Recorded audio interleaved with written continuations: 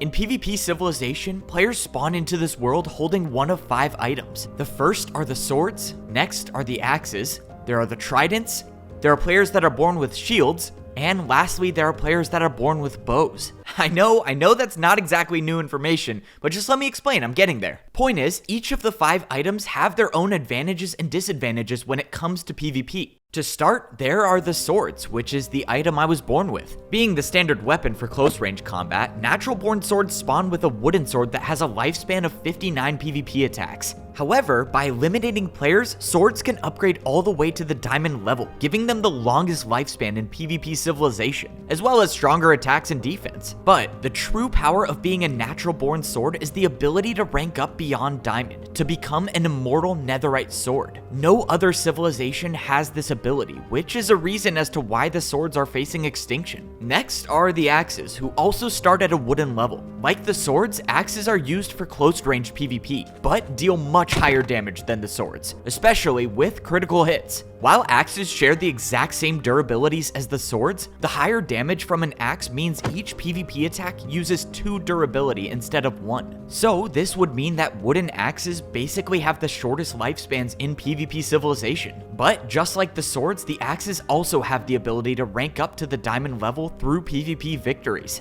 Next, we have the tridents. Being born as a trident comes with a few unique qualities that increase the odds of survival in PvP Civilization. For one, tridents are born with 250 PvP attacks and deal significant damage in close-ranged PvP. However, tridents can also be used for long-range combat by being thrown from a distance. Normally, if a player were to drop their weapon, they would die, but tridents can throw their weapon and still survive. The only downside is that until they retrieve their trident, they can't hold another item, which makes them vulnerable if they do decide to throw it. Tridents also can't rank up in any way, so 250 PvP attacks is all they get. The fourth item in PvP Civilization is the shield. Honestly, shields are kind of a mystery around here. They have the power to open certain doors, and they take 0 damage when they block their shield. Unlike any of the other items, shields actually rank up by taking damage. So while their role in PvP Civilization is kind of unknown, shields will basically work for anyone that's willing to pay them in PvP attacks. And finally, we have the bows. Spawning in with a bow comes with a durability of 384 PvP attacks, which means newborn bows technically have the longest lifespans when starting out. While bows can be very dangerous from far away, close-range PvP is where bows have the biggest disadvantage. Okay, now I'm coming full circle. This is why I was explaining all that. Knowing the weaknesses for the bows was how I was able to get out of this current situation. In a small room, there would be no way for a bow to beat a sword, let alone a diamond sword. Look, bro, I told you I'm not here to fight you. I just want to help. But if you truly have no choice, I'm sorry to say you're not gonna win.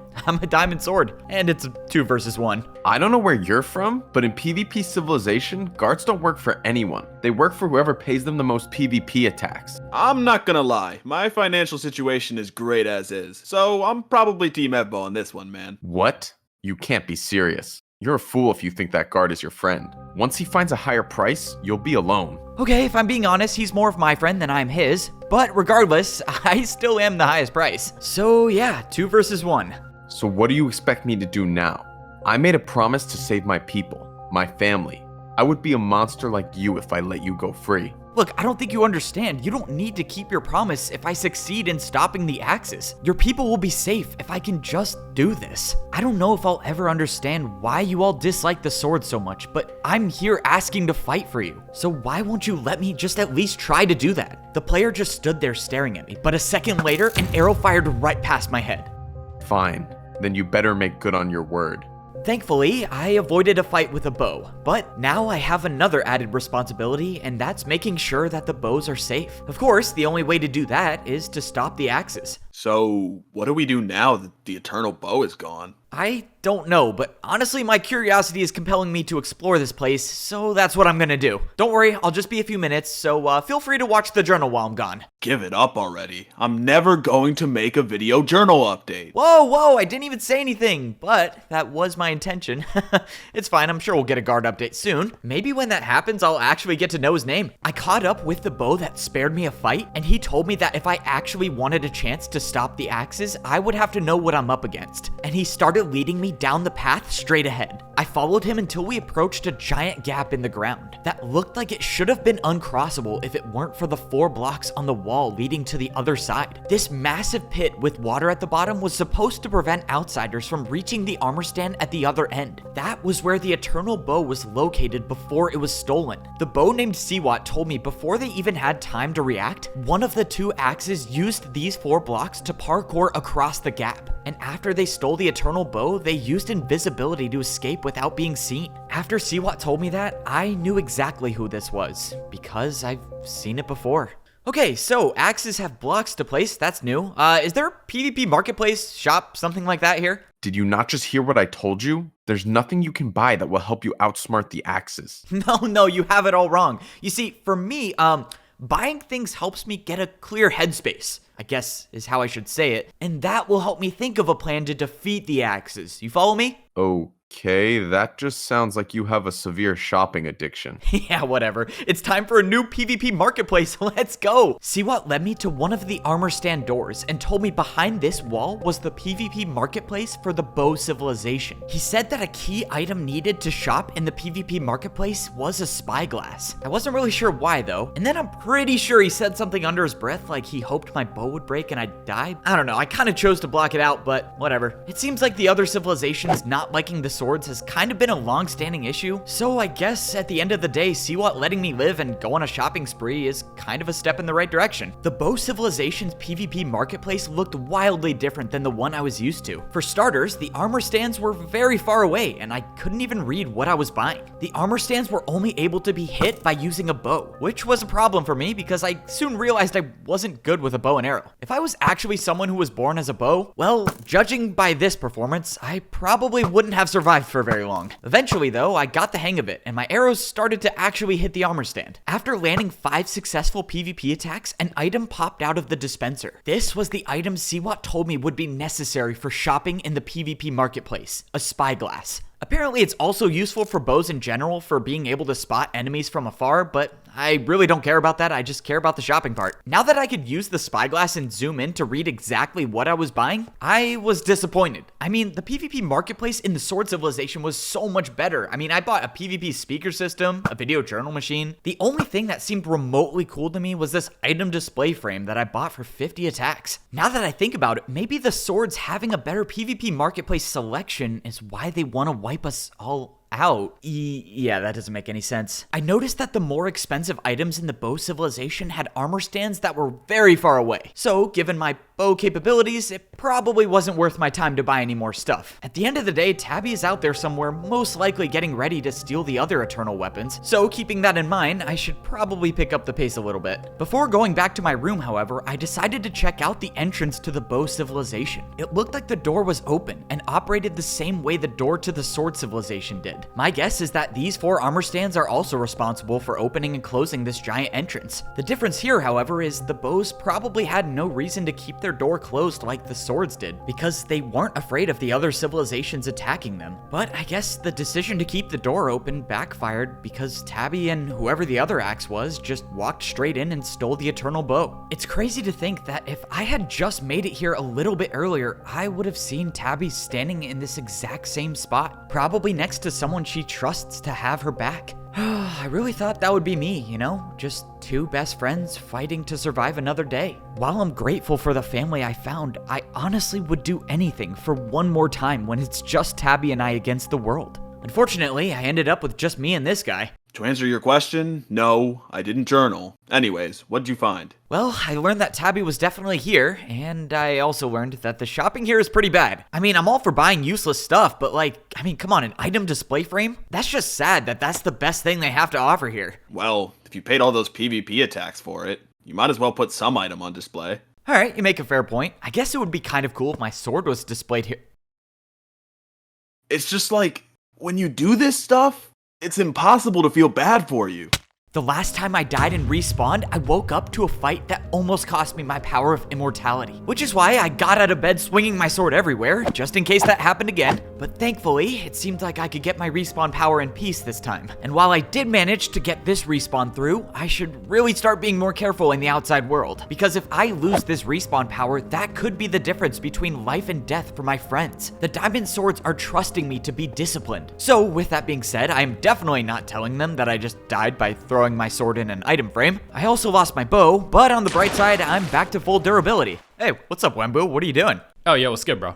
I was trying to turn the speakers back on, but whatever, it doesn't matter. What's up? Well, the eternal bow is gone, so that's not good, but I'm doing all right. Wait, did you say the eternal bow is already gone? How is that even possible? Apparently, Tabby and another axe wiped out almost all of the bow civilization.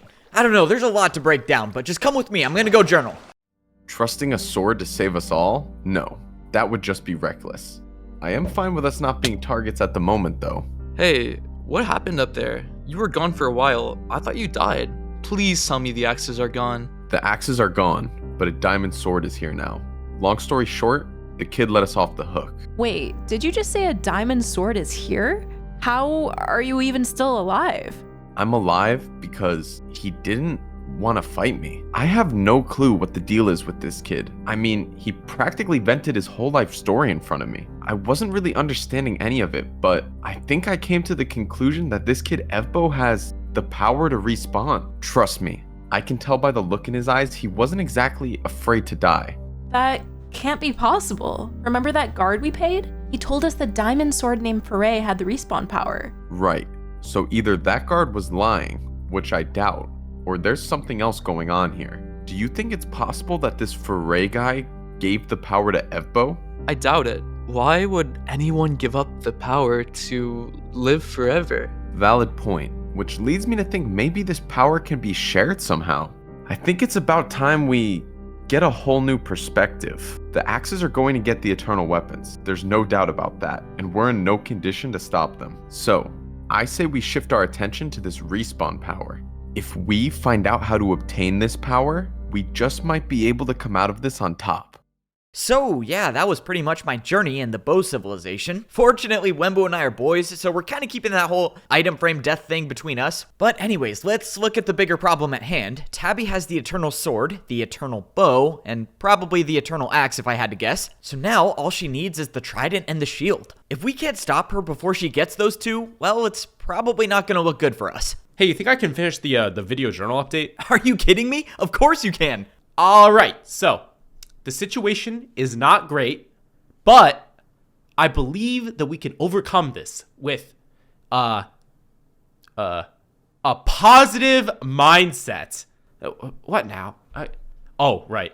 Okay, signing off. That was beautiful. I mean, that was seriously really good. Wait, check this out. I think we got a message. Looks like Parrot's got more to say, I guess. I'm not gonna lie, I probably haven't recovered from his last message, but oh well. I guess let's give this a listen. Hello, Evbo, and the other diamond swords, I'd imagine. I have to admit, the outcome of our last fight was unexpected, to say the least. I might even accept the fact that you've become outright better than me at sword PvP. Be that as it may, I don't need to be better than you.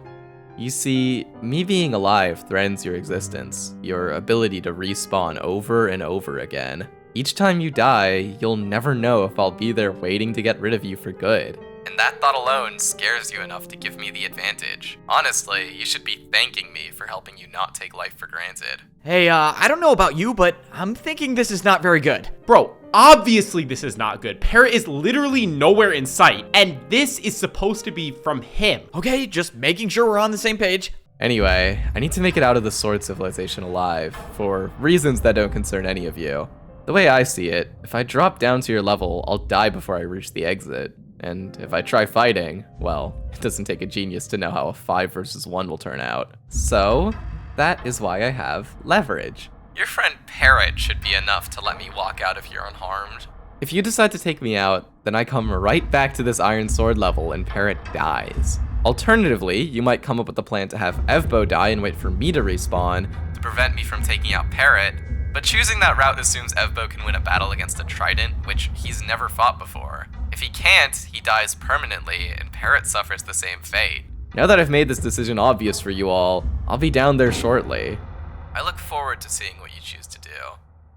The video journal machine shut off, leaving Wembu and I speechless. But both of us were thinking the exact same thing, and that was that Prince Zam was gonna make it down here one way or another. If only I could have actually convinced Parrot to come down here, things would be different. But now, well, now he's basically just a free ticket out of here for Prince Zam. Wembu and I filled in Minitech, Julie, and Foray, and they all came to the same conclusion. So we decided that Prince Zam was coming down to the Diamond Sword level. His terms required that he would be able to leave here unharmed. So despite having the strength of 5 Diamond Swords, all we could do was sit back and watch as Prince Zam walked right through us without suffering a single PvP attack. As he was leaving, he stopped in front of me. Parrot told me your best friend Tabby betrayed you. I guess I'm doing you a favor by getting rid of her, since she's the one collecting the eternal weapons. Hey, we let you leave without a scratch, so the least you can tell us is what you want. As of now, there are 2 things that stand in my way. You and the eternal weapons.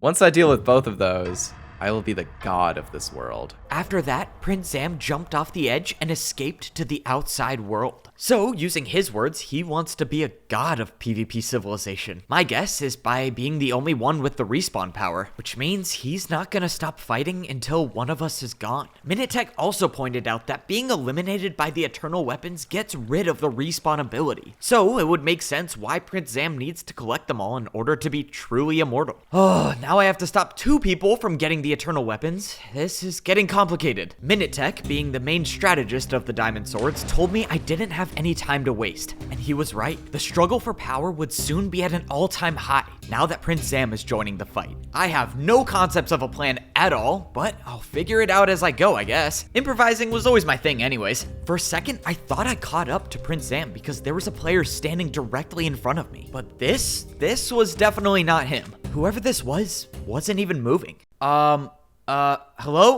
Who are you? For a moment, I thought this player didn't even notice me, but a second later, he turned around and I saw the weapon in his hand. This was not just some ordinary player. This was a diamond axe. We both stood there staring at each other in the middle of the desert. I had no clue what to say or what to even do, but soon enough, the diamond axe spoke. You don't seem nervous. Usually, people run from the sight of a diamond axe, but I guess your respawn ability must be the source of your confidence. What? How does this guy know that I have the respawn ability? I stood there frozen, not knowing what to think of this situation. This diamond axe knows who I am somehow, so what is his game plan? Why haven't you attacked me yet? I could ask you the same thing. I don't know. I guess I'm holding out hope that you might be good. But just as I said that, the player with the axe sprinted towards me. It's been so long, I had almost forgotten that this was a world of PvP. So now it's time to see if I can truly survive in it. We both landed an attack on each other, but the axe was faster than I was and landed a critical hit, causing me to back off. What really confused me is that this player didn't continue his aggression and just stood there. Just so I have this right, you only attack people if you deem them good or bad?